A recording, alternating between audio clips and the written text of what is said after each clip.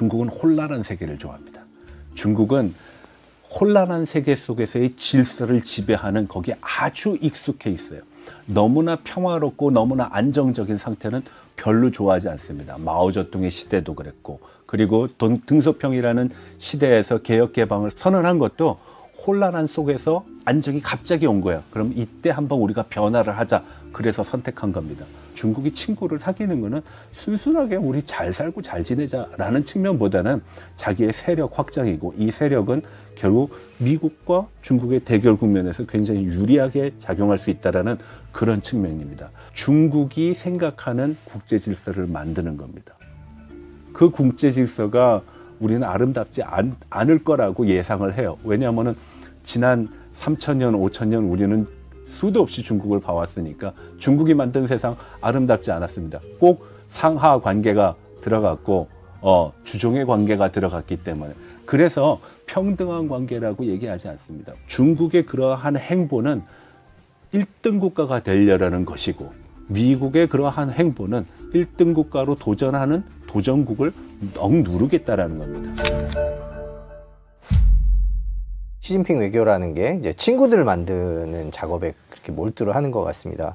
그래서 최근에 나오는 기사는 미국과 충돌을 피하면서 내 편을 만드는 데 공을 들이고 있다라는 얘기를 하고 있고요. 또 최근에는 뭐 1대1로 얘기도 또 계속 하고 있습니다. 뭐 그것에 대한 논란이 있지만 이런 신냉전 시대에 뭔가 맹주가 되고 싶은 중국과 현재 중국의 외교 어떻게 평가하십니까? 중국의 외교는 크게 4가지 분야에서 전개가 되고 있습니다.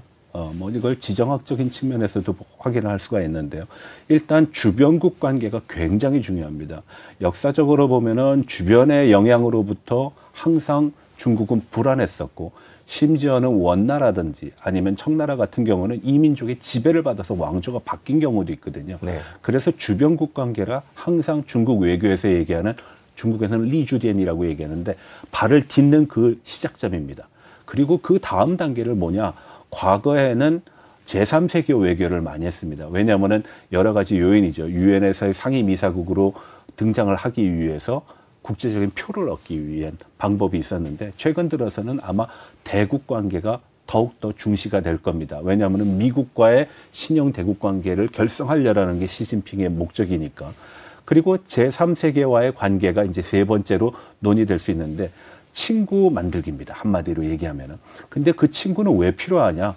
나의 세력을 증명을 하는 것이고, 나의 국제적인 지지를 받는 공간이기 때문에 그렇습니다. 그리고 4번째가 국제기구에서의 역할론입니다. 그거는 중국의 위상과 책임 있는 대국으로서의 이미지를 투사를 할 수 있는 그런 수단이기 때문에, 크게는 주변관계, 대국관계, 제3세계 관계, 그리고 국제기구가 있는데, 최근 들어서 중국이 이 제3세계나 다른 나라와의 교류를 강화를 하고 있는 것은 몇 가지 측면에서 우리가 좀 나눠볼 필요가 있습니다. 일단 경제적인 측면을 먼저 소개해드리면은, 많은 분들은 1대1로가 어떻게 시작됐을까라고 얘기했을 때 1대1로가 그냥 시진핑의 야심찬 그랜드 플랜이야 라고 생각을 하시겠지만, 시진핑이 등장했을 때 중국이 당면한 가장 큰 문제점은 공급 과잉의 문제였습니다. 이 공급 과잉은 개혁 개방 이후에 잉태된 하나의 부산물이자 네. 그리고 또 부작용 중에 하나입니다.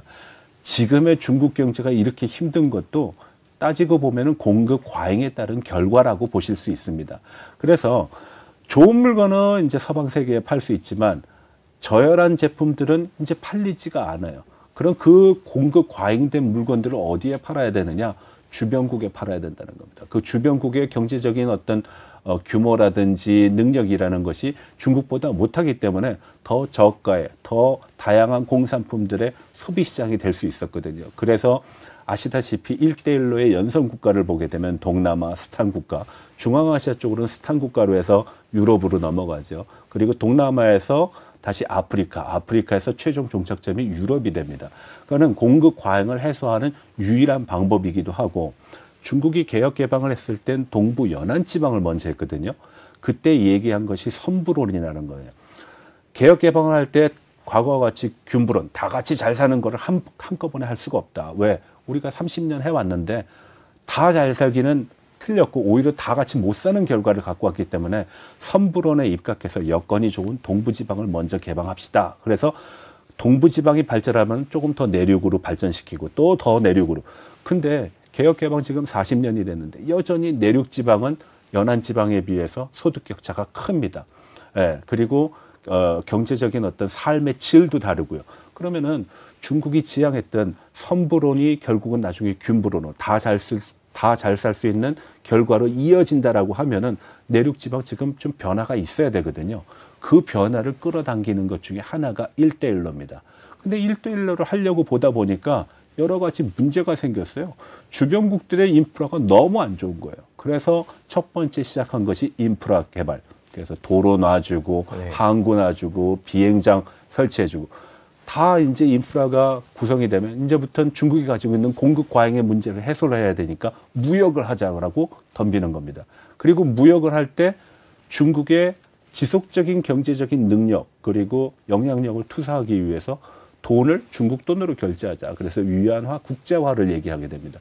그래서 1대1로는 크게 세 가지, 뭐 앞에 두 가지가 더 있습니다. 그래서 보통 오통이라 그러는데 정책 상통과 민심 상통이라는 맨 마지막에 뻔한 얘기를 제외하면은 인프라 구축, 무역의 확대, 그리고 위안화의 국제화를 가지고 얘기하는 겁니다. 자, 위안화의 국제화라는 거는 싫든 좋든 나와 교류를 해야 되고 이 교류의 과정 속에서 후진국은 수직적인 관계가 자연히 형성됩니다. 왜? 중국의 시해 속에서 수혜를 받는 나라들이 보통 후진국이거나 개도국이거든요. 그럼 중국의 얘기를 듣는다라는 얘기고 중국의 얘기를 듣는다라는 거는 미국에 대항을 했을 때 하나의 아군 세력이 된다라는 겁니다. 그러니까 끊임없는 그러한 국가들과의 교류 그리고 경제적인 원조. 그래서 지금 공표된 거에 의하면은 9,700조 정도의 1대1로 비용이 각국에 뿌려졌다라고 얘기해요. 그럼 문제는 어디 있느냐? 이 9,700조가 이 빌려준 나라들이 잘 일어서 가지고선 갚으면 문제가 되는데 갚지 못하는 나라들이 속출하고 있습니다. 뭐 스리랑카라든지 파키스탄이라든지 뭐 아르헨티나는 디폴트를 물론 1대1로 때문에 그런 건 아니지만 디폴트를 선언했고 이러한 경제적인 문제가 나와서 1대1로에 대한 부정적인 시각이 더 만연하게 된 것이고요. 1대1로의 연선은 거의 미국을 둘러싸다시피 합니다. 그래서 중남미 국가에 대한 중국의 영향력 투사, 남태평양에 대한 중국의 영향력 투사 이런 것이 한때 이슈가 됐습니다. 그러니까 지금 부랴부랴 미국이 과거에 별로 관심 안 가졌던 아프리카 국가와의 협력, 중동 국가와의 협력, 중앙아시아 국가와의 협력, 그리고 남태평양 연안에 있는 국가들과의 협력을 얘기하면서 중국이 가려는 길을 막는 것이죠. 그러니까 따지고 보면 중국이 친구를 사귀는 거는 순순하게 우리 잘 살고 잘 지내자라는 측면보다는 자기의 세력 확장이고 이 세력은 결국 미국과 중국의 대결 국면에서 굉장히 유리하게 작용할 수 있다라는 그런 측면입니다. 뭐 또 한 가지 뭐 이론을 가지고 설명을 하게 되면은 우리가 보통 세력이 바뀔 때 세력 전이라는 표현을 쓰는데 이 세력 전이에 투키디데스의 함정이라는 표현을 많이 씁니다.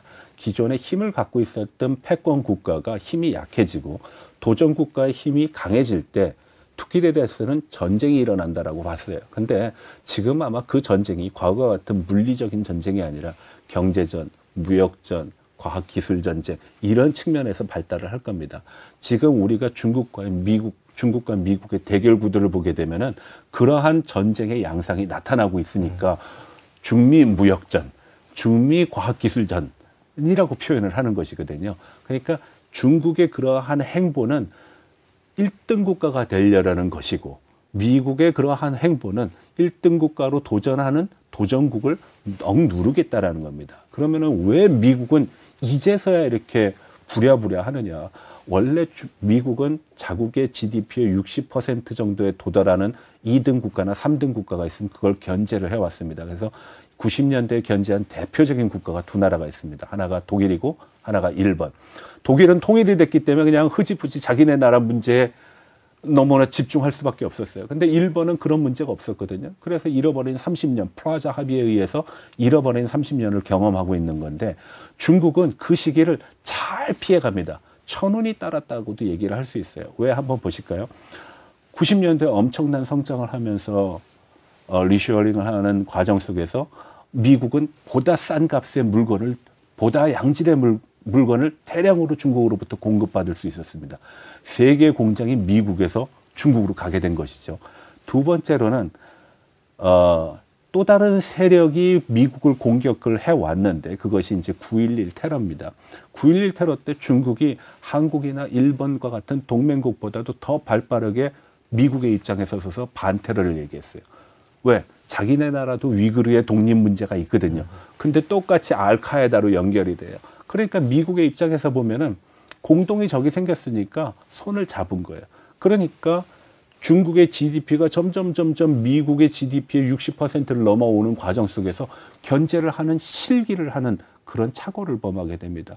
그러다가 실업률이 증가하게 되고 무역 역조의 현상이 너무나 가중되다 보니까 트럼프 행정부가 그것을 빌미로 캐치프레이즈로 들고 나온 것이 아메리칸 퍼스트고 아메리칸 퍼스트를 저해하는 요인으로 중국의 대규모의 무역 흑자에 따른 미국 내 실업을 얘기한 거고 그래서 견제가 시작된 겁니다. 그래서 결국 뭐 다시 돌아가면은 지금 미국에서 바라보는 중국의 친구 이거는 나를 대상으로 한 적대적인 친구의 모습이다라는 겁니다. 그래서 미국에서도 이거는 굉장히 경쟁적이고 대립적이고 갈등을 조장하는 그러한 세력으로 중국을 판단하고 있습니다. 그것을 리비저니스트 파워라고 표현을 하거든요. 그러니까 약간 망상적이고 공격적인 도전자 정도라고 생각을 하시면 됩니다. 최근 나온 기사가 미국이 주도해서 인도, 중동, 유럽을 잇는 인프라 연결을 추진하겠다.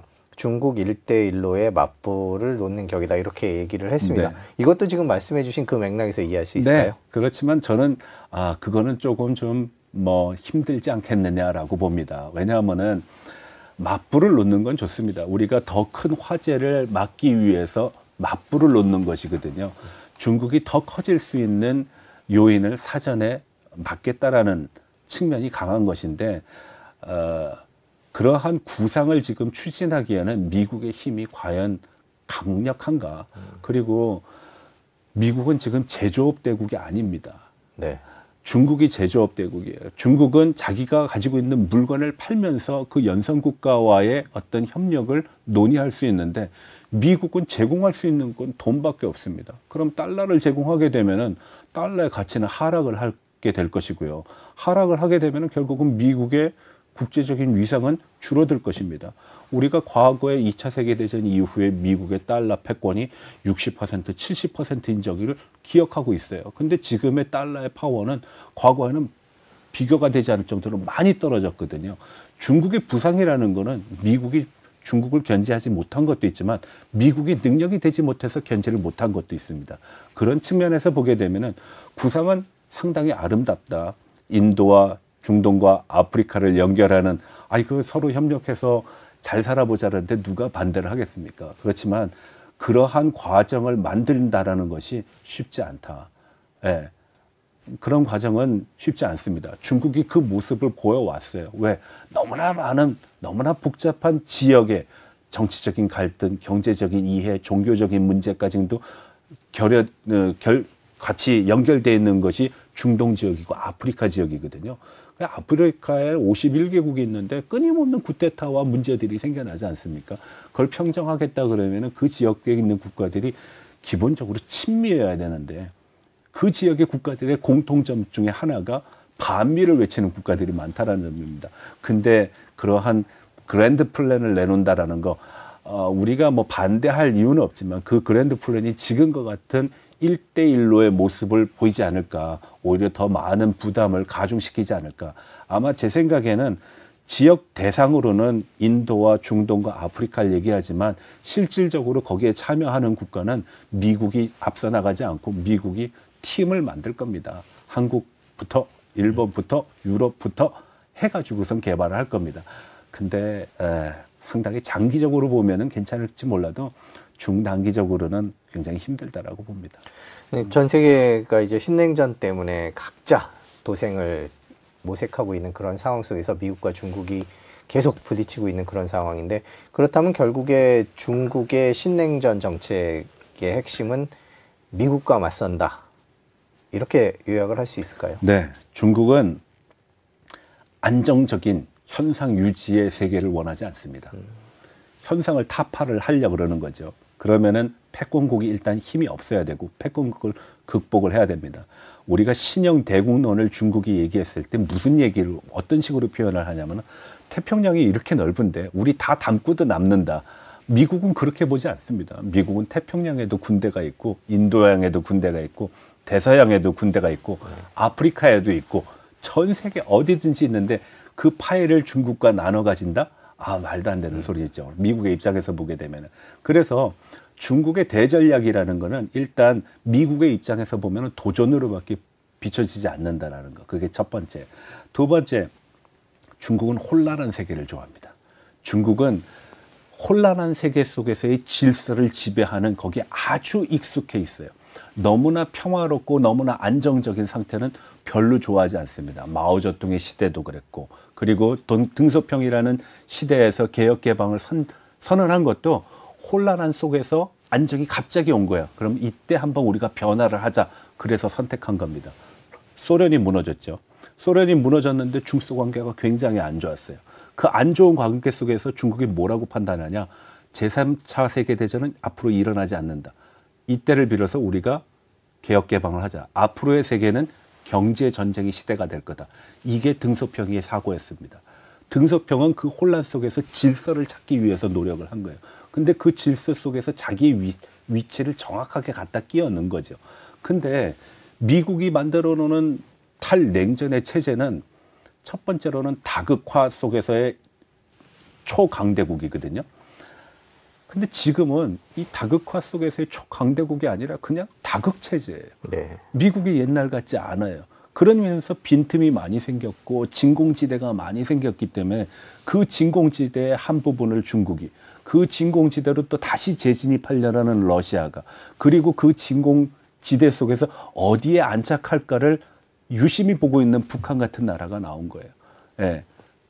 과거와 같이 강력하지 않다라고 봅니다. 그러니까 중국의 입장에서 보게 되면은 미국의 세력이 약화됐기 때문에 그러한 중국의 꿈, 중국몽이라고 얘기하죠. 그리고 신형 대국 관계 같은 그런 얘기를 미국 앞에서 하는 겁니다. 초창기 신형 대국론은 시진핑 주석이 등장하자마자 오바마 앞에서 그 얘기를 합니다. 우리 둘 간의 관계를 새롭게 정립합시다. 그러면서 그 관계를 신형 대국 관계라 합시다. 오바마가 대꾸도 안 했어요. 근데 트럼프 앞에서는 그 얘기도 못 합니다. 너무 무섭거든요. 그냥 치고 들어오는 게 아니라 야수 같은 모습을 보입니다. 우리가 야수 그러면은 여태까지는 푸틴이었는데 그 마초적인 사람도 트럼프 앞에서는 꼼짝을 못 해요. 왜? 트럼프는 모든 걸 흥정을 하거든요. 이건 적과 우군의 어떤 구분이 별로 없습니다. 한번 보실까요? 한국에 대해서는 국방비 증액하라 그랬어요. 예. 아유, 도와준 만큼 도와줬으니까 이제 실비로 계산해야지라고 하면서 국방비를 급작스럽게 높이는 얘기를 한국과 일본에 대해서 얘기했거든요. 그 우방국이 할 소리는 아닙니다. 많은 군대에 있는 사람들이, 많은 외교안보 전문가들이 트럼프의 그런 외교 문제 있다라고 판단했거든요. 중국의 입장에서 보면 그건 너무나 반가운 일이죠. 근데 중국도 피해 당사자 중에 하나예요. 무역 보복을 하면서 관세를 올려버렸어요. 그래서 1차 관세를 올렸고 2차 관세. 근데 바이든이 지금 보니까 그 정책 꽤 쓸만합니다. 중국을 후려치는 데는 아주 유용한 수단 중에 하나라. 그래서 바이든이 여러 가지 정책 중에서 트럼프가 한 거 빼고는 다 좋아 라고 얘기를 했지만 트럼프의 관세 정책 아직까지도 완화시키고 있지 않습니다.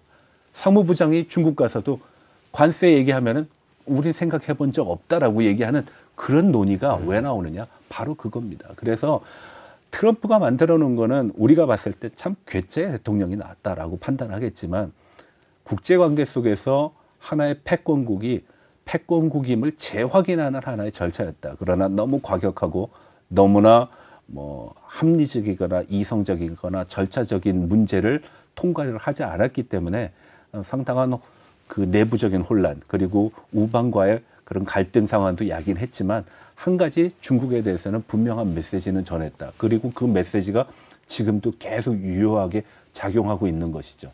아마 중국의 입장에서 보게 되면은 제3의 인물이 나오길 희망할지도 모릅니다. 바이든이 기존의 문제를 버리고 가진 않을 거고 트럼프가 재등장하게 되면 더 세게 나올 수도 있을지 모르니까요. 예.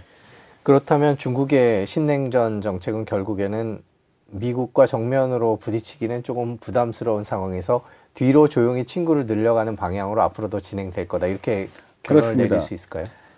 중국 외교는 몇 단계를 거쳐 왔거든요. 보통 우리가 학자들이 얘기하는 거가 처음에는 도광양회라는, 도광양회는 쉽게 얘기하죠.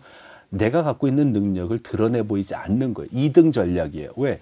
1등이 하는 수 없는 어떤 실수와 어떤 비용을 2등이 반복하지 않는다라는 겁니다. 그러면서 성장을 하는 거거든요. 그리고 두 번째 단계가 유소작입니다. 내가 이제 할 말은 하겠다. 그래서 우리나라에 적용한 유소작위의 하나의 패턴이 있습니다. 그게 바로 육자회담입니다. 제3국의 갈등 문제 중국 나설려 하지 않았어요. 왜? 비용도 많이 들고 관리하기도 쉽지 않고 중동 문제 관리 안 하지 않습니까? 근데 최근 들어서 그 관계가 안 좋다는 사우디와 이란을 불러다가 악수를 시켰습니다. 그 유소작위의 하나의 패턴이에요. 세 번째는 뭐냐면 책임 대국론입니다. 나는 책임 있는 대국으로서의 역할을 할 거야. 여태까지는 한 거 봤지. 그러면은 이제 마지막 단계는 뭐냐? 중국이 생각하는 국제 질서를 만드는 겁니다. 그 국제 질서가 우리는 아름답지 않을 거라고 예상을 해요. 왜냐하면은 지난 3,000년, 5,000년 우리는 수도 없이 중국을 봐왔으니까 중국이 만든 세상 아름답지 않았습니다. 꼭 상하 관계가 들어갔고 주종의 관계가 들어갔기 때문에 그래서 평등한 관계라고 얘기하지 않습니다. 우리가 보통 국제관계는 나라의 크기는 다를지 몰라도 우리가 강대국과 약소국의 구분은 있을지 몰라도 적어도 국제관계에서는 형식적으로나마 평등한 관계를 보이고 있는데 중국은 그거 원치 않습니다.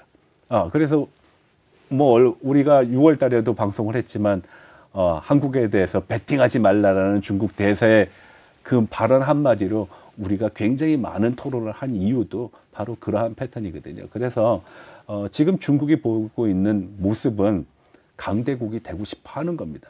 근데 제가 봤을 때는 너무 조급하다. 등소평을 한 100년 정도 얘기했거든요. 굉장히 긴 시간 도광양회를 버리지 말아라 그랬는데 90년대 중후반 들면서 국제사회가 중국의 부상을 보면서 이 자리에도 참석해 주십시오. 저 자리에도 초청을 하면서 중국이 뭐 조금 시쳇말로 우쭐해졌습니다. 그 우쭐한 형태가 유소작위로 나타난 것이고 내가 그럼 동북아의 평화를 위해서 한번 자리를 마련해 볼게 하고 결정한 것이 육자회담입니다. 근데 육자회담 한번 보십시오. 그 지루하게 진행됐던 과정 하나의 결말도 우리가 얻지 못했고 동북아의 안녕이 확보되지도 못했고 그렇다고 미국과 중국의 갈등이 완전히 해소되지도 않았고 그런 문제가 있습니다. 그래서 중국은 그러한 패턴을 가고 있는데 결국 중국이 꿈꾸는 것은 중국 중심의 세계 질서. 그 세계 질서는 저는 확신하는 것 중에 하나가 평등하지는 않을 거다. 협상의 대상 되지 않습니다. 왜? 상하관계가 존재하고 주종관계가 존재한다 그러면 그게 어떻게 논의의 대상이 되겠습니까? 그래서 관리의 대상이다. 그 관리의 대상이 되고 있는 한 나라가 있습니다. 바로 북한입니다. 네, 무너지지 않을 정도로 지원을 해주는 거예요. 더 강대하게 하지 않습니다. 중국이 늘 1대1로를 얘기하면서 나랑 협력하면 부유해져. 1대1로보다도 훨씬 더 역사성을 가지고 협력을 해온 관계가 중국과 북한의 관계인데 절대 북한 부유하게 하지 않습니다. 물론 북한도 그거 원치 않을 겁니다. 왜? 중국의 영향력이 더 강화될 거니까요. 그러니까 그런 모습을 보게 되면은 중국의 어떤 국제사회에서의 대결 구도 그리고 질서에서의 자기가 선점하려는 그 위치는 우리가 생각하는 것보다 더 노골적이고 더 공세적이다라고 얘기할 수 있는 겁니다. 그러면 중국의 그런 신냉전 정책이 주변국들한테는 조금 괴로운 요인이 될 수도 있겠군요. 그렇습니다. 스트레스죠. 1992년 8월 24일 날 한국과 중국이 수교를 했습니다. 그때는 물론 한국이 중국보다 훨씬 더 경제적 여건이 좋았습니다. 1인당으로 봤을 때. 뭐 규모로 보게 되면 땅덩어리가 큰 나라니까 좀 다르긴 하겠지만 그때 중국은 한국을 배워야 된다. 한국을 따라하자. 그래서 한번 잘 보십시오. 우리가 LCD TV로 돈을 많이 벌다 보니까 LCD에 주력합니다. 우리가 반도체로 돈을 많이 버니까 반도체에 들어옵니다. 자동차로 세계의 어떤 주목도 못 받던 나라가 자동차를 만들어가지고 지금 세계 3위의 자동차 생산 대국이 한국에서 나왔습니다. 그러니까 중국도 자동차를 만들어 보고 싶은데 환경 어떤 문제가 있으니까 그러면 동력원을 바꾸자. 전기 자동차로 이제 나가는 것이죠. 제가 봤을 때 중국의 산업 구조가 한국하고 굉장히 유사한 거. 그리고 우리가 그 때문에 한때는 수직적인 관계에서는 돈을 많이 벌었는데 이게 수평적이고 경쟁적인 관계가 되니까 이제는 좀 힘들어지고 있고 이제는 역전되는 여러 가지 모습들이 나오죠. 예를 들어서 앞서 말씀드렸다시피 전기 자동차라든지 아니면은 또 반도체 분야도 조금씩 따라오고 있고 LCD TV 같은 거는 이제 중국산이 이제 한국을 넘어섰으니까 이런 경우는 뭐 그건 역사의 필연이라고밖에 할 수 없겠지만 그래도 한국의 입장에서 보면은 부단히 더 앞서 나가서 초격차를 만들지 않으면은 중국에 따라잡힐 수가 없다. 그러면 한번 볼까요? 90년도 중국 사람이 한국을 대하는 거는 굉장히 정중하게 됐습니다. 조금 살아나니까 이제 친구 어깨에 손도 얹고요. 그리고 툭툭 치기도 합니다. 이제 우리를 극복할 수 있는 여러 가지 요인들을 가지게 되니까 그때서부터 한국에 대해서 압박을 합니다. 압박 요인 한번 볼까요? 사드 이후에 관광객 안 보내죠. 한국의 연예인들 중국에서 공연 못하죠. 한국에서 중국에 진출했던 유통업체들이 도산을 해가지고서 나옵니다. 그게 경영을 잘못해서 도산한 게 아니라 고의에 의한 압박에 의한 방해에 의한 탈출을 시도할 수밖에 없었던 겁니다. 공평한 경쟁이었을까요? 저는 그렇게 보지 않습니다. 그러니까 중국이란 나라가 지금 90년대, 2000년대 초반에 보여줬던 모습은 새로운 중국이 나오나 보다라고 우리가 생각을 했다 그러면 지금 중국은 100년 전, 200년 전, 500년 전 중국으로 다시 돌아가고 있는 듯한 인상을 버릴 수가 없다는 측면에서 우리가 견제를 해야 된다. 우리의 위상도 과거와 같지 않고 우리의 능력도 과거와 같지 않다. 근데 중국이 탄력을 받아서 보여준 경제 성과를 지속한다라는 관성의 입장에서 보게 되면은 우리가 실수할 수 있는 부분이 많아요. 예전에는 미국말 잘 들어줬죠. 그러니까 빈살만이 하는 얘기가 무함마드 빈살만 하는 얘기를 잘 들어보셔야 됩니다. 무함마드 빈살만이 줄기차게 얘기하는 게 있어요. 우리가 사우디아라비아라는 국가를 세울 때부터 지금까지 얼마나 미국말을 다 들어줬느냐. 사실 너무 잘 들어줬거든요. 그러면 이제는 조금 미국도 반대로 생각해 봐야 되는 시점이 된 거예요. 이제는 우리말 좀 들어라. 지금 중동에서 일어나는 변화는요. 우리 어느 한쪽에만 몰빵하지 않겠다는 겁니다. 그러니까 걸쳐놓을 수 있는 데는 다 걸치는 거예요. 그러면서 통로를 만드는 겁니다. 적이 없는 정책하고 똑같아요. 다 만들겠다는 겁니다. 사우디를 지금 적국으로 갖고 있는 나라가 갈수록 사라져 버리잖아요. 사우디가 요즘에 입지가 남다른 것 같아요. 보니까 기사를 봤는데 미국과 사우디가 한미 동맹 수준의 상호 방위 조약을 논의했다. 뭐 이런 기사도 나오고요. 또 미국이랑 인도랑 사우디랑 여러 가지 또 경제 회랑 뭐 이런 것들도 만들겠다고 얘기를 하고 있습니다. 교수님 보시기에 사우디랑 미국이 좀 서로 으르렁거렸었는데 요즘에 관계가 조금 개선되는 건가요? 아니면 뭐 이런 기사들을 어떻게 이해해야 될까요? 그러니까 사우디가 움직일 수 있는 게 많습니다. 그러니까 사우디를 잡아야 되거든요. 미국에서는 사우디를 잡아야 되고 이스라엘도 사우디를 잡아야 되고 그러니까 사우디가 지금 카드가 많죠.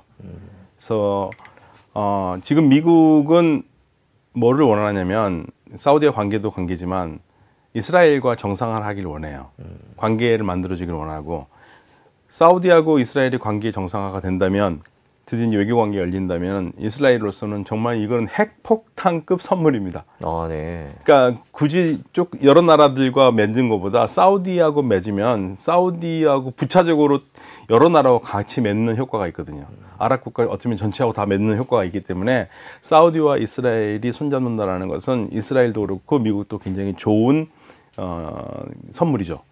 그런데 사우디가 그래 우리가 그건 할 수는 있는데 그 대신 나도 조건이 있어. 그래서 조건을 내걸기 시작하고 있는 거고요. 네. 그 조건 때문에 미국과 이스라엘이 지금 머리가 좀 아픕니다. 미국 입장에서 보면 사우디와 이스라엘이 이제 수교를 맺고 서로 친해지는 게 어떤 면에서 가장 좋을까요? 중동의 평화 이런 것들인가요? 사실 평화랑 측면은 있죠. 왜냐하면 사우디하고 이스라엘이 손을 맺는다는 얘기는 팔레스타인 문제가 어느 정도는 안정된 상황에서 된다는 얘기잖아요. 그런데 사우디가 이스라엘이 팔레스타인 문제에 대해서 진전을 보이지 않는 상태에서는 맺지는 않을 거거든요. 네. 예, 그래서 이제 그게 문제인데 미국의 입장에서는 이스라엘과 사우디가 손을 잡으면 일단 미국이 불필요하게 중동에서 발을 담글 필요가 없는 부분이 있습니다. 이란 부분. 그러니까 이란과의 대적 부분을 사우디하고 이스라엘이 너희들이 좀 둘이 잘 알아서 해봐라 이렇게 가는 거예요. 그럼 미국이 굳이 개입 안 해도 되지 않습니까? 네. 그리고 중국의 부상을 막을 수 있는 좋은 방법이기도 하고요. 그러니까 중국과 사우디가 친한 걸 어느 정도 떼어놓고 싶은 마음이 굉장히 크거든요. 네. 그래서 미국으로서는 사우디가 움직여주는 게 좋죠. 최근에 이스라엘 기사가 좀 있습니다. 뭐 미국과 사우디가 이스라엘 수교를 큰 틀에서 합의했고 9개월에서 1년 정도에 끝날 것이다. 이런 기사가 최근에 나왔는데요. 네. 어떻게 보세요? 교수님께서는 저렇게 진행될 수 있다 이렇게 보세요? 그러니까 사우디가 내건 조건이 충족이 된다면 사우디가 세 가지 조건을 내고 있거든요. 첫 번째, 미국이 사우디아라비아 방어에 적극적으로 개입하라는 겁니다. 네. 그러니까 한미 동맹 수준의 한미 방위 조약 수준의 그러한 수준의 사우디 방위 조약을 맺어라. 즉 무슨 일이 만약에 사우디에 생기면 미국이 자동으로 개입할 수 있을 정도의 그런 확고한 안보 약속을 하라 이거죠. 그거는 사우디가 2019년에 아람코 유전이 두 곳이나 후시 반군의 공격으로 파괴되면서 얻은 결론이기도 해요. 교훈이기도 합니다. 네. 당시에 그 트럼프 미국 대통령이 사우디아라비아의 공격을 당했는데 정말 세계를 깜짝 놀라게 발언을 했죠. 사우디는 돈을 냈죠. 이거는 미국에 대한 공격이 아니라 사우디에 대한 공격이다. 그러니까 그건 무슨 말이냐면 미국에 대한 공격이 아닌데 왜 우리 굳이 여기 개입하느냐. 그 말하고 똑같은 거거든요. 그런 일이 있어서는 안 된다는 얘기입니다. 그러니까 사우디는 미국이 철저하게 안보 보호를 해라. 두 번째로는 우리한테 최신 무기를 팔아라. 그동안 최신 무기는 이스라엘에만 팔았고 다른 나라들한테는 팔더라도 이스라엘보다 낮은 수준에 팔았거든요. 그러지 말고 동등하게 이스라엘한테 파는 것처럼 우리한테 최첨단의 무기를 팔아라. 세 번째로는 핵. 그러니까 핵 개발을 하는데 한국은 핵 개발을 하더라도 전기만 하지 농축을 못하지 않느냐 이거죠. 자기는 농축을 하겠다는 겁니다. 근데 미국 프로그램에서 핵 개발을 하면 농축이 안 되잖아요. 농축이 안 되면 자기는 핵폭탄 못 만드는 거고. 그러니까 미국이 그 부분을 우리를 얘기를 들어서 핵을 갖도록 해라. 그러니까 사우디아라비아는 만약에 이란이 핵을 가지면 나도 갖겠다라는 거예요. 이게 지금 10년 전하고 굉장히 달라지는 건데 10년 전에는 어땠었냐면요. 후쿠시마 사건 났을 때 생각해 보면은 그때 사우디아라비아를 비롯해서 아랍 국가들이 미국이 하는 얘기 그리고 세계에도 하는 얘기는 아주 일관적이었습니다. 자, 세계에서 가장 안전하다고 하는 일본, 안전의 대명사인 일본에서 후쿠시마 사고가 났다. 그런데 이란이 지금 그 핵 발전소를 짓고 있는 곳이 부셰르가 거기가 지진지대다. 근데 이란이 일본만큼이나 안전 감각이 뛰어난 나라가 아니지 않느냐. 여기서 사고 나면은 전체가 다 쑥대밭일 텐데 그거를 왜 허용을 하느냐. 그게 이제 첫 번째 항상 아주 전 세계에다 얘기한 거였고요. 두 번째로는 만약에 이란이 핵 개발을 한다면 우리는 파키스탄에서 핵을 사오겠다는 얘기까지 했었어요. 네. 그런데 이제는 10년이 지난 지금 어떻게 합니까? 우리가 만들겠다는 거예요. 예, 한계가 있으니까 사오는 것도 만들겠다. 미국이 이걸 허용할 수 있을까? 이게 세 가지 숙제를 던져준 겁니다. 그리고 이스라엘한테는 뭔 숙제냐면 팔레스타인 문제 해결해라. 그러니까 팔레스타인 문제에 진전이 없는 상태에서 이 상태에서는 우리가 협상하기는 어렵다는 얘기죠. 그럴 수밖에 없는 게 팔레스타인 사람들이 계속 뭐 이스라엘에서 고통을 받는다라는 기사가 계속 나가면 그걸 무시하고 사우디아라비아가 이스라엘과 평화협정을 맺었다. 그리고 외교관계를 했다. 이건 전 세계적으로 무슬림들한테 비난받을 뿐더러 자국 내에서도 이게 좋은 일이 아니거든요. 그러니까 이스라엘도 당신들이 그렇게 우리하고 하고 싶으면은 우리 조건을 지키라는 걸 내건 겁니다. 그래서 지금 모든 중요한 카드는 사우디가 쥐고 있어요. 사우디가 끌려가는 카드가 아니라 사우디가 몸값이 굉장히 지금 높아졌습니다. 그러니까 미국하고 이스라엘이 고민하는 시점입니다. 교수님 말씀하신 대로 지금 사우디가 이런 요구들 심지어는 핵까지 요구를 할 정도면 예전에 비해서 위상이 정말 많이 높아진 것 같다는 생각이 드는데 그렇죠.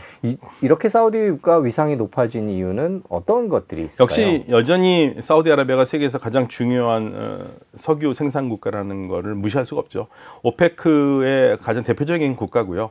그리고 오페크 플러스에서 러시아하고도 중요한 관계를 맺고 있지 않습니까? 그러니까 사우디는 현재 적이 없어요. 이란 외에는. 그러니까 이란이 사실 적이긴 하지만 이란과는 지금 외교 관계 정상화했기 때문에 적이라고 볼 수는 없거든요. 관계가 좀 아직까지 좋지는 않지만 그래도 외교 관계를 맺고 있으니까. 네. 예, 그래서 사우디아라비아로서는 지금 사실 그 전에 우리가 튀르키예를 보고 깜짝 놀랐던 게 하나 있습니다. 튀르키예가요 2000년대 초반에 내세웠던 외교 정책이 기억하실지 모르겠지만 적이 없는 정책이에요.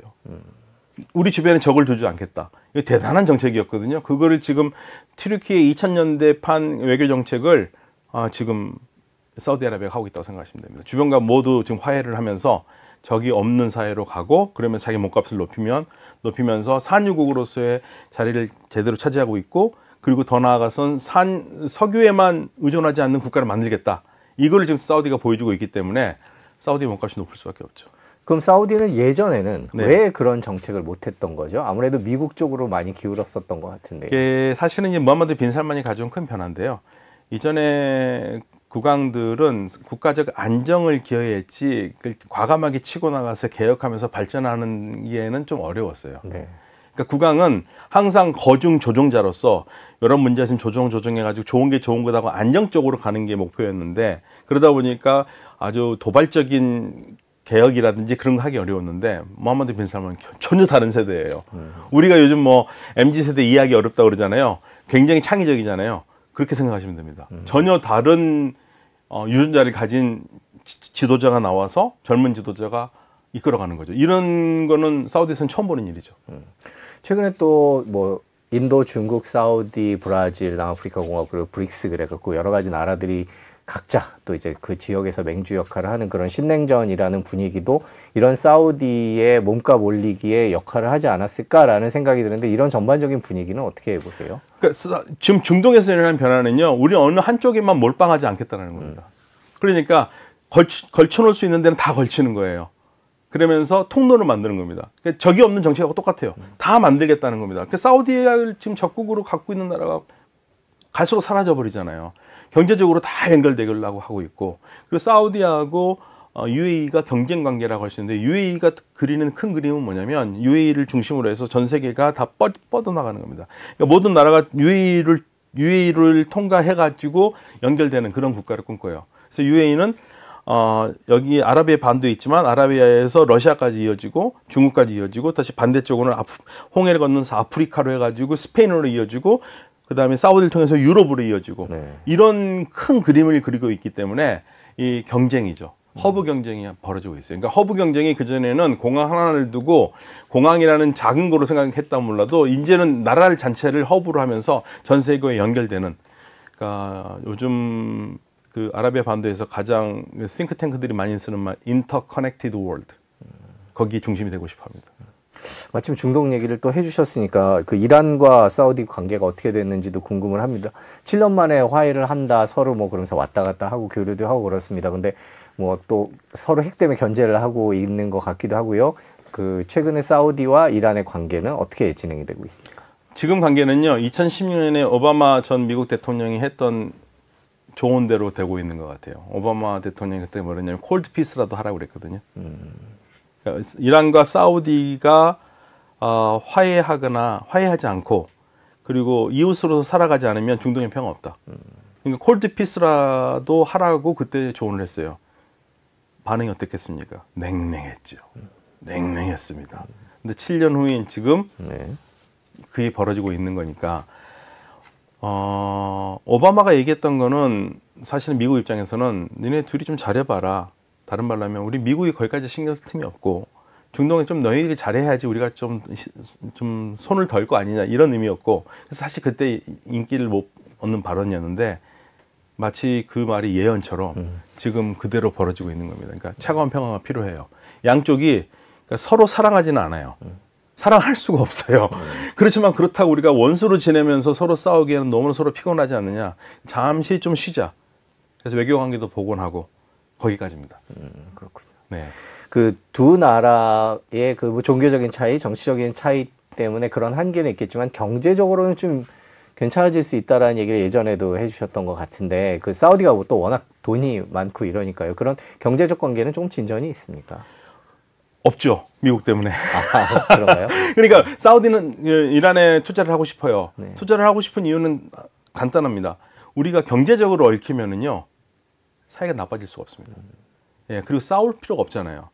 예, 그러니까 우리가 예를 들면 북한하고 햇볕 정책을 하려고 했던 것도 경제적으로 얽혀 놓으면은 북한이 결국에는 우리하고 친하게 지낼 수밖에 없다라는 그런 논리였고, 모든 나라들이 햇볕 정책할 때는 항상 그렇게 경제적으로 엮기를 하는 거거든요. 이란의 자리프 전 외무장관이 미국이 제재를 받을 때 굉장히 후회한 게 하나 있습니다. 우리가 세계와 좀 더 촘촘하게 경제적으로 같이 엮여 있었으면 미국 기업을 위해서라도 제재를 안 했을 것이라는 얘기죠. 네. 사우디아라비아가 똑같습니다. 사우디아라비아 이란에 투자를 하고 싶고 이란을 경제적으로 연결하고 싶은데, 문제는 미국이 그건 너무 빨리 가는 거 아니냐?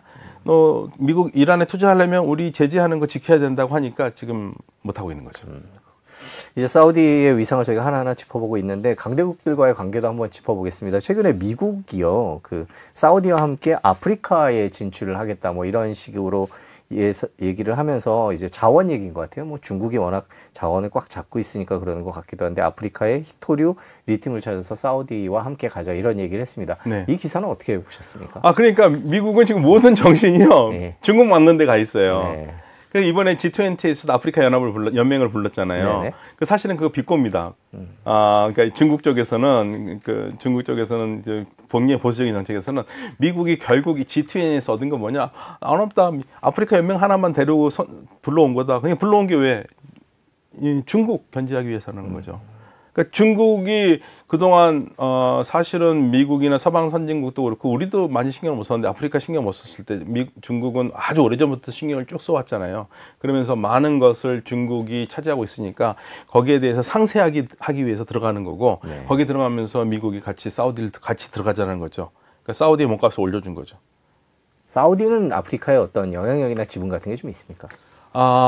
갈수록 넓혀가려고 그래요. 사실은 근데 그동안 사우디가 넓히고 싶어 해서도 못했던 것 중에 하나가, 사우디표 극단주의라고 사람들이 얘기하는 와하비 사상이 들어올까봐 다들 문을 땅땅 걸어 잠그고 무서워했거든요. 근데 이제는 무함마드 빈 살만이 그거를 완전히 온건 이슬람이라는 거로 사우디아라비아 표 이슬람을 완전히 바꿔버리니까 솔직히 움직이는 게 더 편하죠. 그러니까 돈이 있고, 그러니까 아프리카 쪽에서는 투자를 할 수 있다면 다 좋은 거예요. 근데 그전에는 그 종교, 와합이라는 것 때문에 무서워했는데 이제 무서워할 필요가 없는 거죠. 그렇게 되면 훨씬 더 부드럽게 들어갈 수 있죠.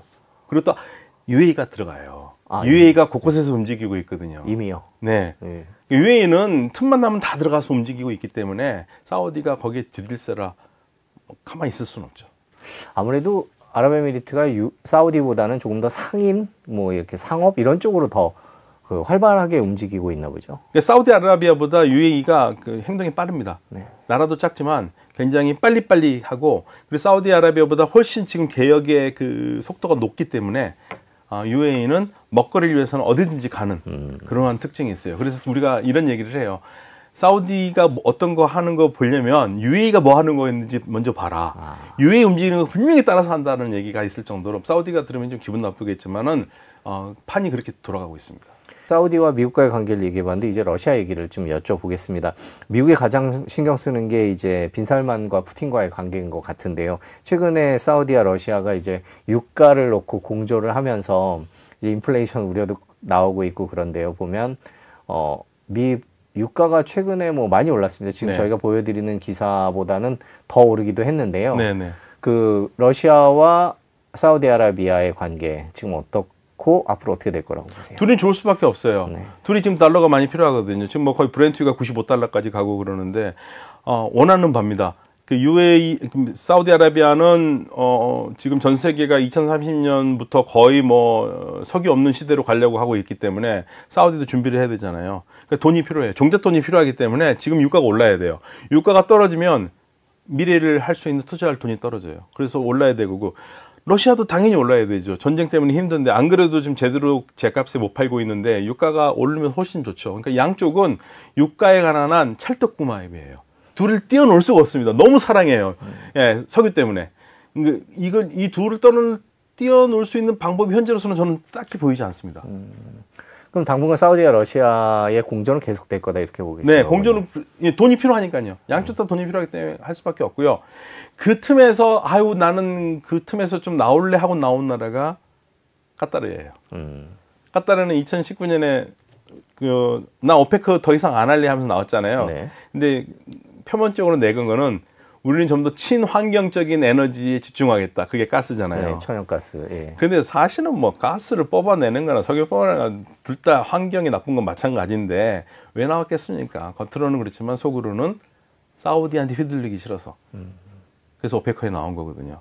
근데 오페크 플러스는 사우디하고 러시아가 둘이 갈기 때문에 이 둘의 관계는 지금 현재로서는 유가 때문에 완전히 살떡갑니다.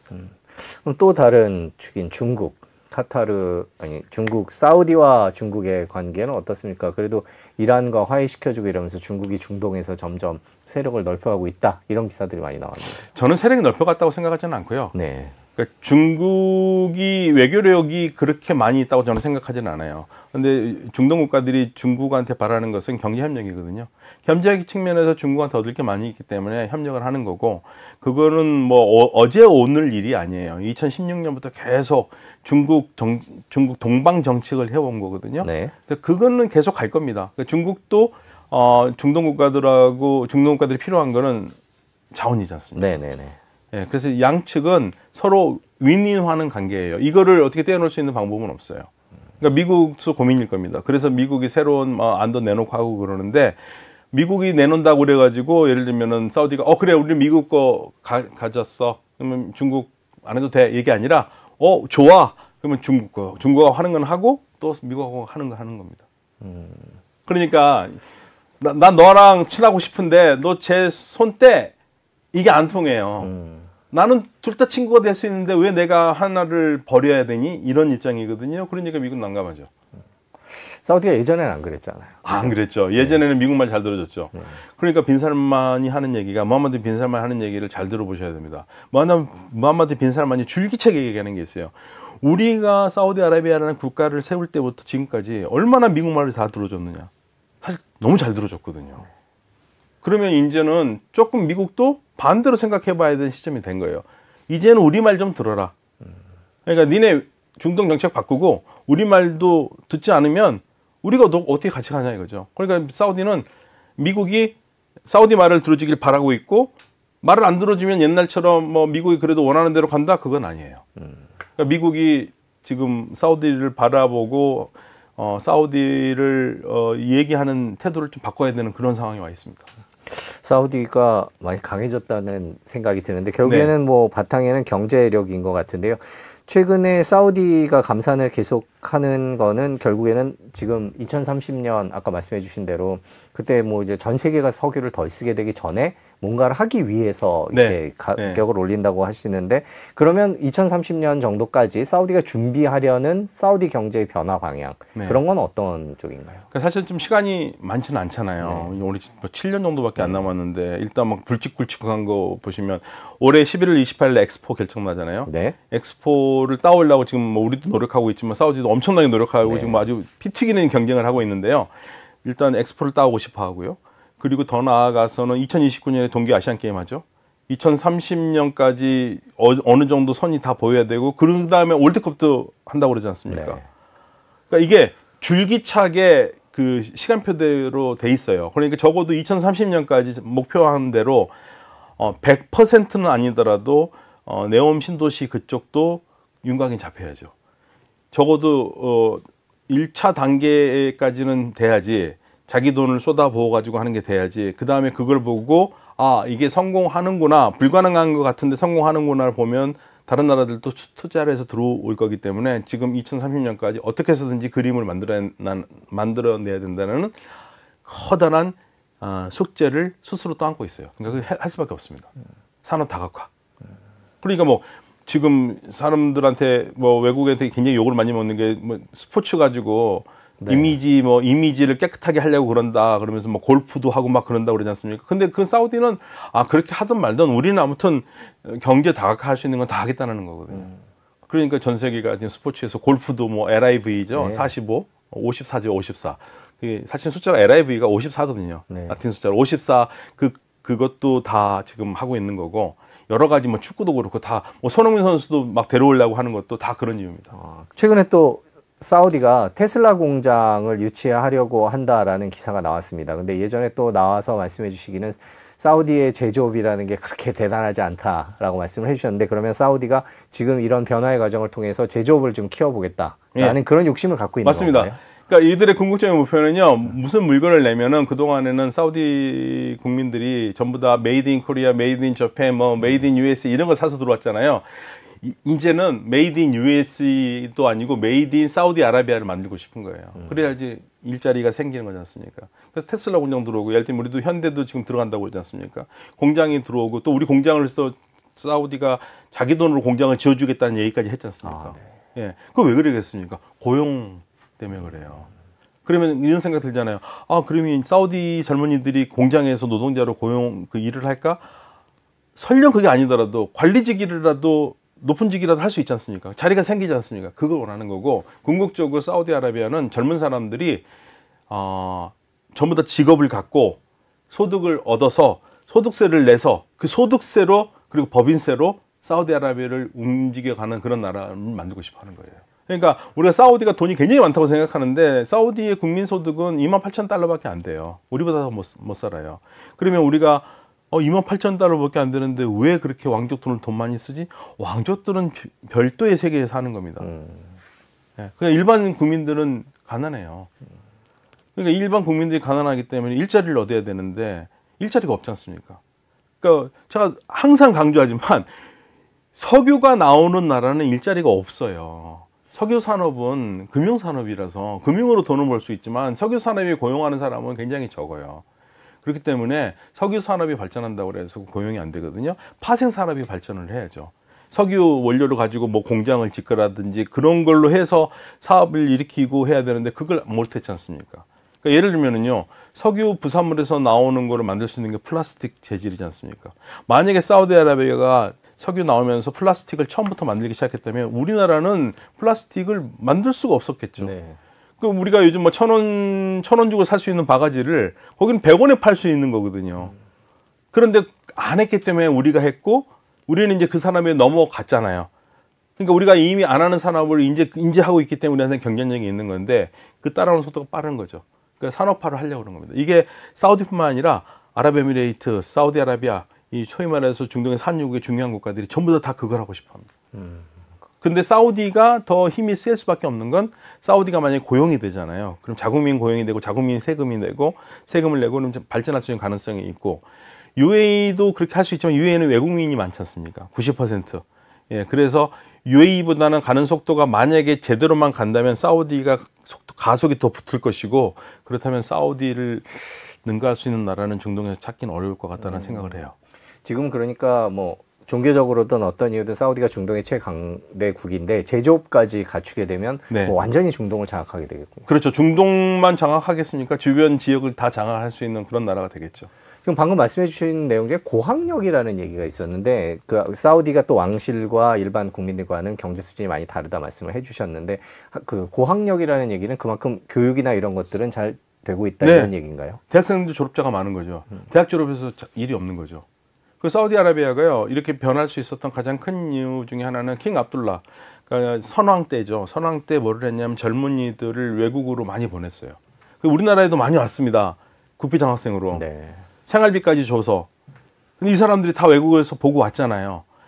외국에 살다가 왔고, 그러니까 한국에서만 산 게 아니라 미국 이런 데 다 살다가 이제 자국에 돌아가면 얼마나 답답하겠습니까? 그러니까 생각이 달라요. 우리 MZ세대가 지금 20, 30대, 10대, 20대, 30대가 지금 40, 50대하고 다르듯이 여기도 완전히 다르거든요. 그러니까 무함마드 빈 살만이 인기가 있을 수밖에 없는 건 무함마드 빈 살만은 그 세대 사람들의 눈높이에서 세상을 이야기를 하고 있으니까 지금 압도적인 지지를 받고 있죠. 그런데 압도적인 지지를 계속 가려면 90% 되는 지지를 계속 가려면 이들이 돈을 벌 수 있는 일자리를 제공해야 됩니다. 근데 일자리를 지금 제공할 게 별로 없으니까 그래서 지금 어쩌면 자구책으로 했던 게 우버 택시를 열어준 거예요.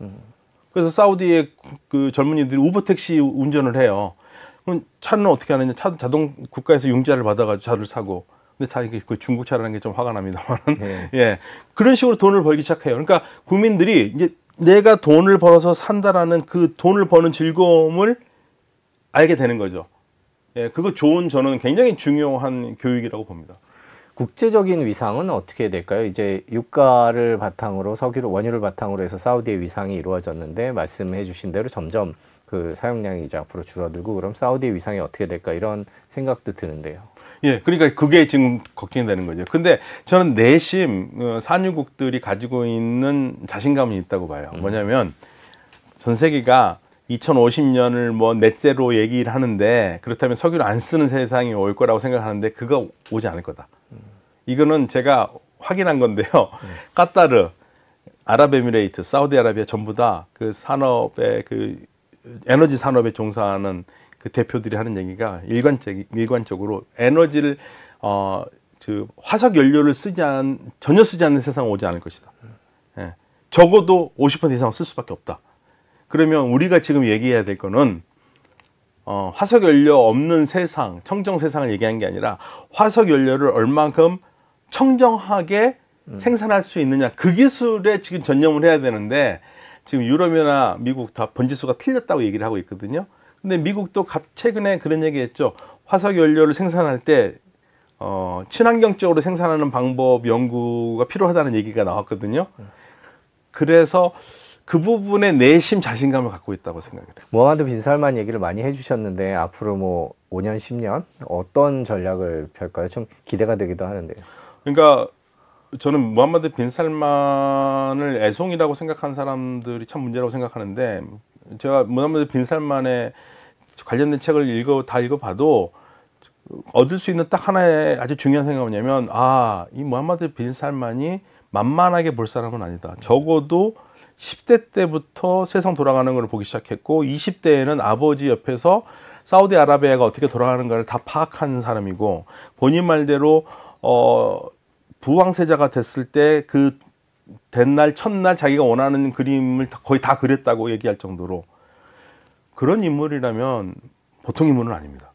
예.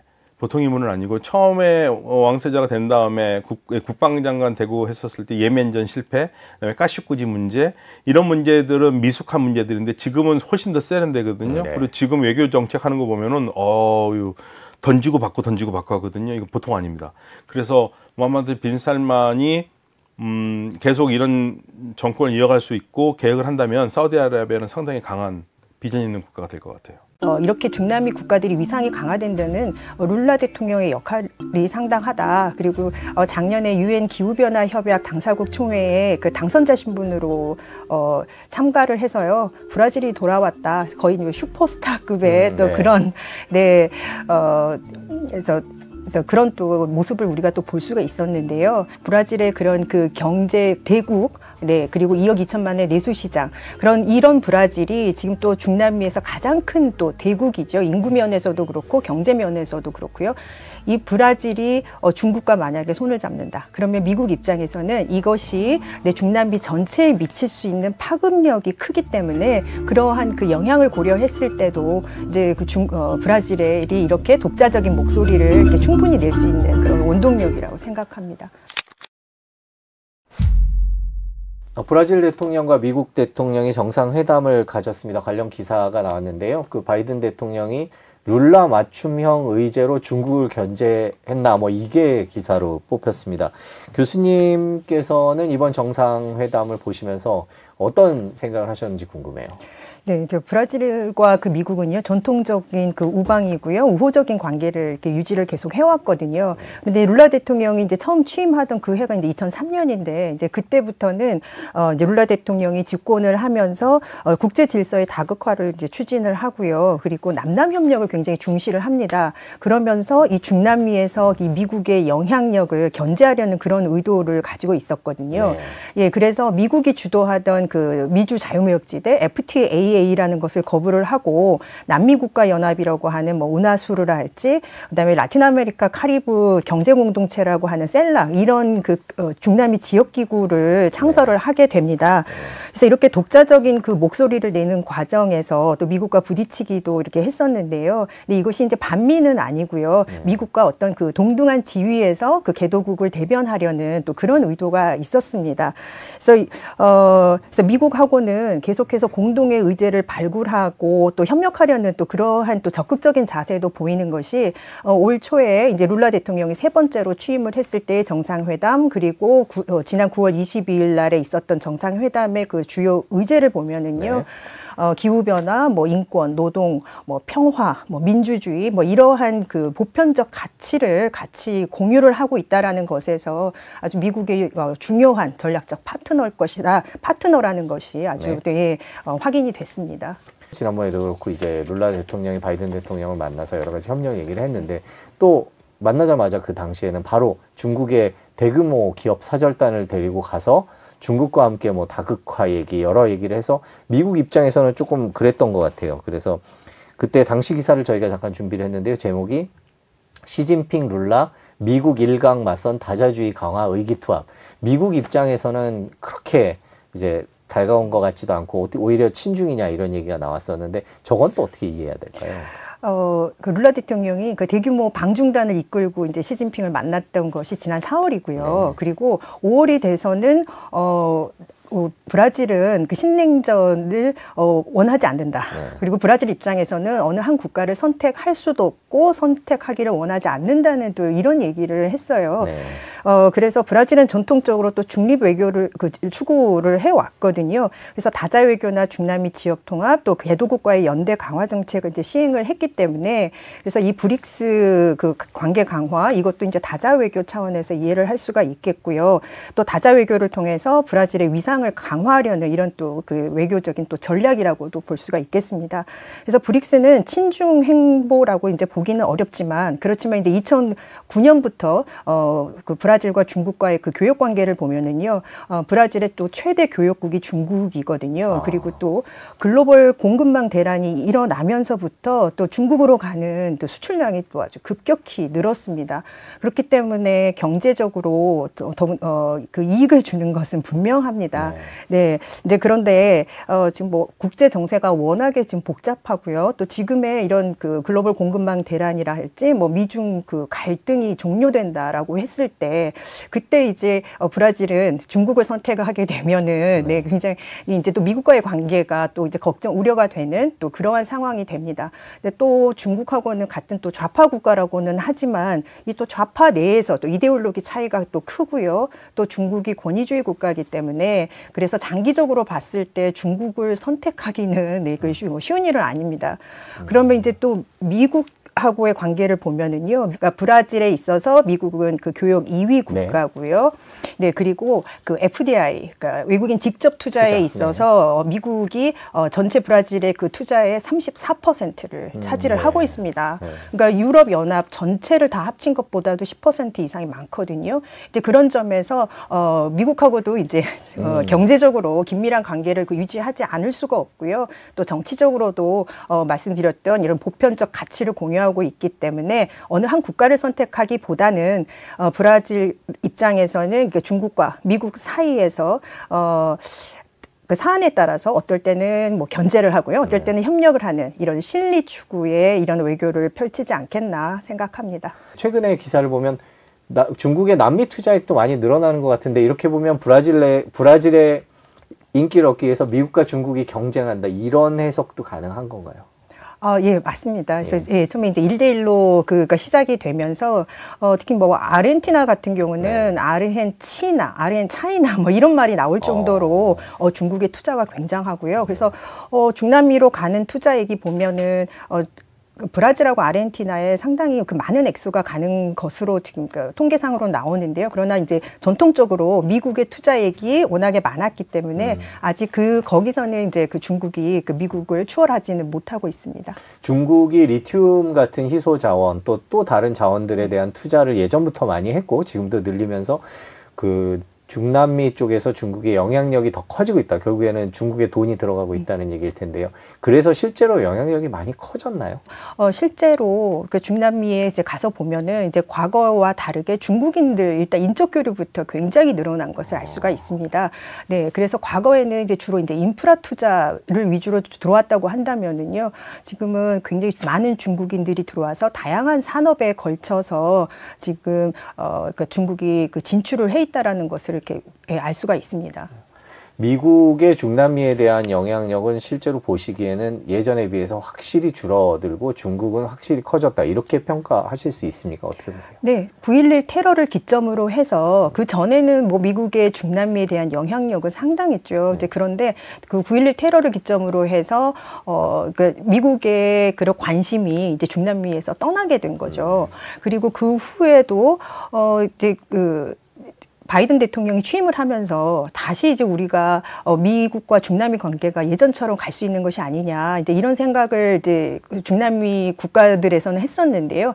그런데 이제 뭐 코로나 이후에 상황이 안 좋다 보니까 이제 국내 문제에 이제 미국이 더 관심을 갖고 있잖아요. 그래서 실제로 이슈가 될 것이고 같이 뭐 해결할 과제라고 봤던 뭐 이민 문제도 지금 해결이 안 된 상태고 어떤 진행이 좀 잘 안 되고 있습니다. 이제 그래서 지금 미국과 중남미 관계는 예전과 같지는 않다. 네, 그리고 이제 중국의 영향력은 그 사이에 상당히 넓어졌기 때문에 네, 그런 점에서 지금 중국이 그 미국에 있어서는 상당한 위협을 지금 하고 있다라고 지금 볼 수 있겠습니다. 그렇군요. 룰라 대통령은요, 이제 과거에 룰라 대통령이 노동자 그 노조위원장 출신인데요. 네. 예, 그때부터도 공산당 가입을 거부했던 사람이거든요.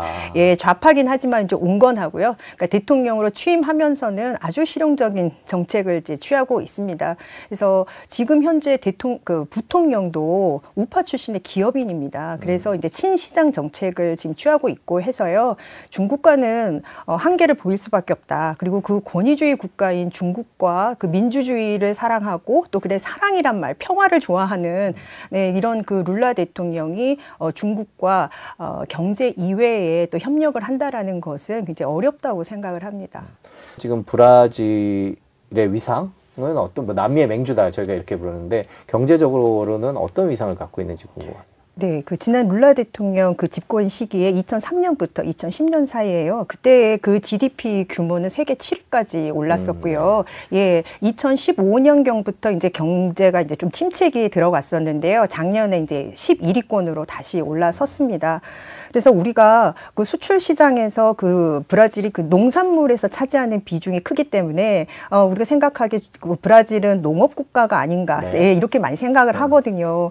커피나 사탕수수나 또 오렌지에 있어서는 또 세계 1위의 또 생산 대국입니다.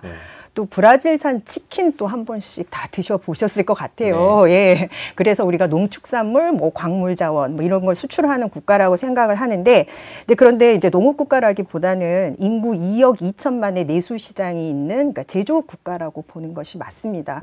그래서 브라질은 철강 산업, 또 조선, 자동차, 또 생명공학, 또 이런 분야에서 또 세계 최고의 네, 경쟁력을 또 가지고 있기도 하고요. 항공 우주 산업에 있어서 도 엠브레아르라는 세계 3대 항공사가 있습니다. 그러니까 소형 항공기를 주로 생산을 하는데요. 이 엠브레아르가 브라질의 기업입니다. 그래서 이 제조업이 이렇게 발달을 해 있음에도 불구하고 이런 그 공산품 생산량이 수출 지향이 아니고요. 내수 시장을 타겟으로 하고 있거든요. 그래서 전체 GDP에서 이제 교역이 차지하는 비중은 이제 20%대입니다. 그래서 자급자족이 가능한 국가다. 네, 이렇게 이제 봐야 하고요. 이제 외국 기업 입장에서는 그 브라질로 진출하기 위해서는 그러니까 조세 부담이 높고 또 뭐 관세 장벽이나 인건비가 높기 때문에 그래서 직접 수출보다는 현지에 또 바로 진출하는 것이 더 유리하다고 그렇게 알려져 있습니다. 그러면 남미 쪽에 있는 주요 물품들은 뭐 이제 다른 대륙에서 오는 걸 제외하고 나머지는 그럼 제조업에 관한 한 남미에서는 브라질이 최고다 이렇게 봐도 되는 건가요? 네, 남미에서는 브라질, 네, 그다음에 중미에서는 멕시코 이렇게 볼 수 있겠습니다. 그렇군요. 그 최근에 좌파 얘기를 아까 좀 해주셨는데 남미 쪽에서 전반적으로 좌파 물결이 조금 이면서 전반적인 경제 운영 방향이 좀 바뀌는 거 아니냐 이제 저희가 경제 얘기를 주로 하니까요. 그런 얘기들이 있는데 최근 남미 쪽 분위기는 어떻습니까? 중남미 그 좌파의 경제 정책은요, 그 우파 정책과 크게 다르지는 않습니다. 대신에 이제 사회 분배 정책에서 이제 조금 다를 것이고요. 브라질의 경우에는 이 전 정부, 그러니까 지난해까지 집권을 했던 볼소나루 정부가 그러니까 남미 트럼프라고 하는 그런 별명이 있었을 만큼 굉장히 극우적인 행보를 보였는데요. 룰라 대통령이 다시 집권하면서, 그러니까 볼소나루 대통령과 가장 이제 그 다른 정책이라고 한다면 아무래도 환경 정책. 그러니까 볼소나루 정부에서는 아마존 파괴가 굉장히 심했고요. 네. 그래서 개발을 통한 발전을 그 시행을 했기 때문에, 그래서 아마존 산림 파괴가 아주 역대 최고였다고 이제 하죠. 그래서 국제사회에서 신뢰도 잃었었고요. 근데 이것을 다시 복원하고 뭐 지속 가능한 발전 그리고 생태 전환을 지금 이제 룰라 대통령이 지금 주장을 했기 때문에 근데 룰라 대통령 지금 취임한 지 지금 이제 8개월, 9개월 되고 있는데요. 그런데 그 아마존의 그 산림 파괴 그 규모 면에서 지난 15년 중에 이제 가장 그 규모가 적었다고 하거든요. 그래서 이제 효과가 있는 것으로 또 드러나고 있고, 그리고 분배 정책 말씀드렸는데 그 룰라 대통령이 이 전에 그러니까 2003년부터 10년 사이 집권했을 때 가장 잘한 그 업적으로 평가받는 것이 그 저소득층을 대상으로 하는 이 보우사 파밀리아라고 하는 재분배 정책이거든요. 예, 이것을 취임하자마자 올 1월부터 다시 시작을 했습니다. 그러니까 2015년부터 경제가 이제 침체되어 있었을 때 이제 그때 빈곤층이 다시 늘어났기 때문에 그래서 이 빈곤층을 또 지원하고자 하는 프로그램 하고요.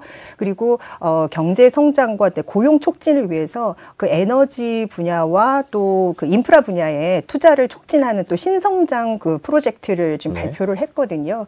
그러면 뭐 일자리를 한 뭐 400만 개 이상 창출을 하겠다라고 하는데 이제 그러기 위해서는 아직 이제 브라질이 재정 여건이 그 좋지 않기 때문에 그래서 외국인 투자가 꼭 필요하고요. 이제 그러기 위해서는 다자기구, 다자 외교가 아주 지금 중요한 시점이라고 보겠습니다. 브라질 같은 경우에는 좌파 정부, 또 다른 나라들도 좌파 정부, 뭐 이런 식으로 되면서 남미가 이제 뭉쳐서 뭐 공동 통화를 만든다, 뭐 이런 얘기도 나오고요. 이런 움직임이 있습니다. 이런 데서 브라질의 역할이 더 클 것 같은데요. 일종의 맹주니까. 최근에 남미 통합이나 그런 데서 브라질의 역할은 어떻게 진행이 되고 있습니까? 그리고 과거에 뭐 브라질이 그 룰라 대통령 시절에 그 남미의 맹주 말씀하셨듯이 그 중남미의 그 위상 강화를 위해서 리더 역할을 한 것은 맞습니다. 그래서 지금도 이제 그런 것들이 이제 눈에 보이는데요. 이제 예를 들어서 브릭스에 지금 그 브릭스 은행에 브라질 출신의 그러니까 룰라 대통령과 같은 정당 출신이고요. 대통령직을 역임을 했던 지우마 호세피가 이제 총재로 갔습니다. 예, 그래서 이제 그 중남미 개발도상국의 또 재원을 또 가져오기 위해서 또 노력을 하고 있고요. 그리고 이전에 볼소나루 대통령이 그 관계를 그 소원하게 했던, 그래서 굉장히 중남미 지역기구가 많이 약화됐었는데요. 이것을 다시 강화하겠다라고 했습니다. 근데 이제 문제는 룰라 대통령이 다시 이제 중남미 리더 역할을 하려고 하니 중남미 국가들이 다 이제 그 대부분이 지금 좌파 국가이기는 한데요. 또 입장 차이가 또 다 다르거든요. 그래서 먼저 칠레가 지난 그 남미 국가 정상회담에 그 권위주의 국가 그 베네수엘라를 룰라 대통령이 초청한 것에 대해서 굉장히 비판을 했고요. 그리고 또 남미 국가의 또 통화를 또 새로 만들겠다고 하는 이런 주장에 대해서도 지금 이제 아르헨티나 굉장히 경제 위기가 심각하고 베네수엘라도 그렇고요. 그래서 이들 국가하고 이제 통화를 만들었을 때 다른 국가에 미칠 경제적 영향 뭐 이런 것들을 보았을 때 또 그리고 멕시코 말씀을 이제 드렸었는데요. 브라질은 포르투갈어를 쓰는 국가이기 때문에 스페인어권 국가들의 또 그러한 그 견제가 있습니다. 네, 그런 점에서 브라질이 상당한 견제를 받을 것이다. 그래서 1차 핑크타이드 때와는 조금 다른 결속력이 그렇게 높지는 않을 것이다라고 보겠습니다. 1차 핑크타이드 때는 결속력이 훨씬 더 좋았었나 보죠. 그때 얘기를 조금 해주신다면. 네, 그 핑크타이드라고 하는 것이 이제 중남미의 이제 좌파 물결, 그러나 이제 과거에 비해서는 이제 조금 더 온건한 그러한 그 좌파라고, 실용주의 좌파라고 하는데요. 이것이 이제 2000년대 초반부터 2014년까지 있었습니다. 이때는 뭐 경기가 이제 호황기였고요. 중남미 대부분의 국가들이 이제 원자재를 주로 수출을 하기 때문에 원자재 이제 슈퍼 사이클에 맞춰서 상당히 재원도 이제 풍부했었고요. 그래서 그 시기적으로 군사적으로도 굉장한 그 중남미 국가들이 결속하기에는 네, 힘이 됐었죠. 그래서 경제적으로도 이 전과 다르게 좀 풍요로웠고요.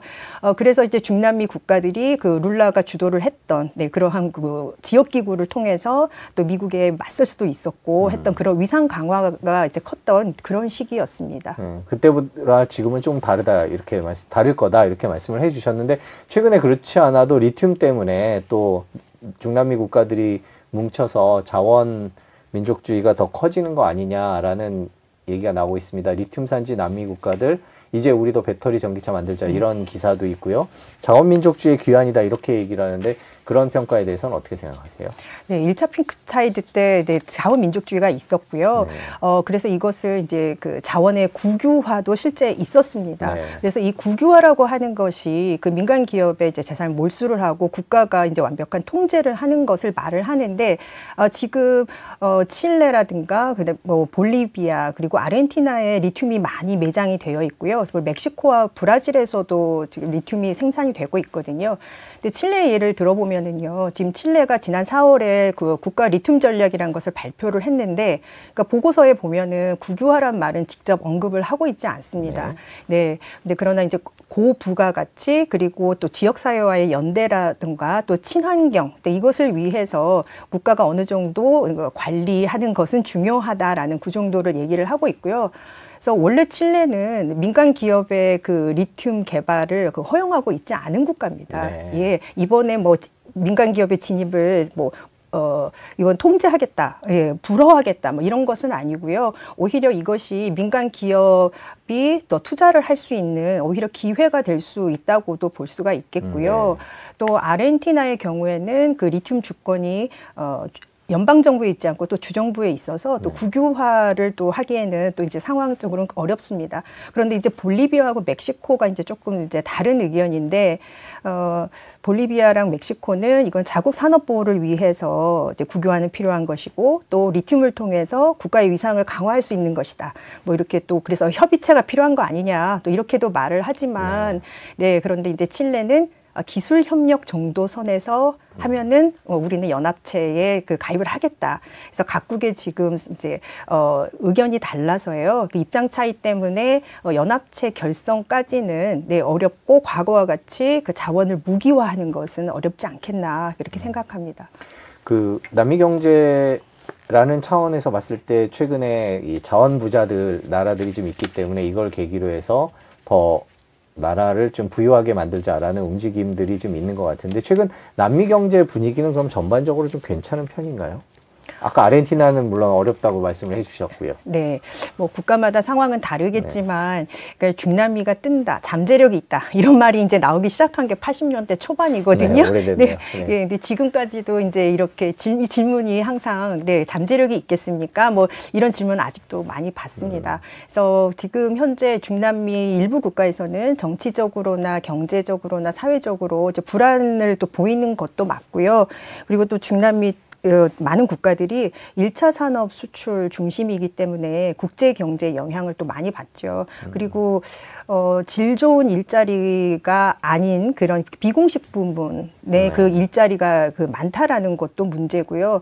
그래서 뭐 제도의 미비나 부패 문제 이런 것들이 있는 것은 맞습니다. 그런데 이제 과거와 비교를 했을 때 이제 그 80년대 잃어버린 10년이라고 하는 그런 롤러코스터 같은 그런 그 경제 위기는 다시 반복되지 않을 것 같고요. 그만큼 이제 경제 위기에 그 대응하는 그런 능력이 이제 많이 개선이 됐다 이렇게 볼 수가 있겠습니다.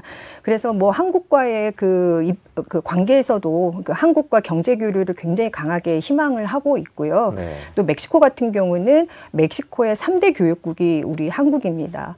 네. 네, 그래서 지금의 그 북미 중심의 공급망 재편, 네, 그 상황에서 가장 수혜를 보고 있는 국가가 멕시코이기도 해서 우리에게는 굉장히 잠재력이 크고 그리고 또 안정적인 또 자원을 보급하는 네, 또 그런 또 역할도 할 수 있을 것이라고 생각합니다. 그 브라질을 포함한 남미의 위상을 높이는 게 그 희귀자원, 리튬 같은 희귀자원인 것 같은데요. 최근에 그런 면에서 실제로 전 세계적으로 남미의 위상이 좀 높아졌다 이렇게 평가를 하십니까? 이렇게 중남미 국가들이 위상이 강화된 데는 룰라 대통령의 역할이 이 상당하다. 그리고 작년에 유엔 기후변화 협약 당사국 총회에 그 당선자 신분으로 참가를 해서요. 브라질이 돌아왔다. 거의 슈퍼스타급의 또 네. 그런 그래서 그런 또 모습을 우리가 또 볼 수가 있었는데요.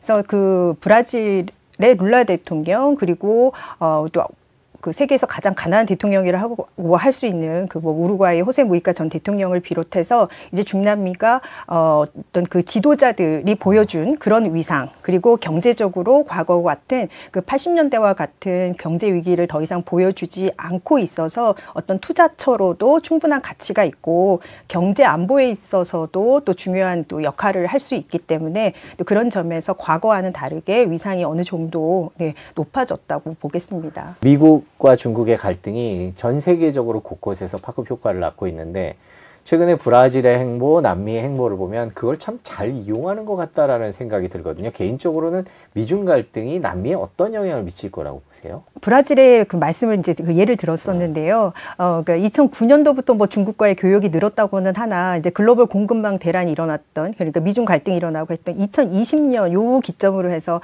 교역량이 굉장히 이제 늘어나는데요. 그 또 특징을 보면 주로 그 중국으로 가는 농산물, 원자재의 수출이 급격하게 늘었습니다. 네. 예, 그래서 교역량 전체 규모만 는 것이 아니고요.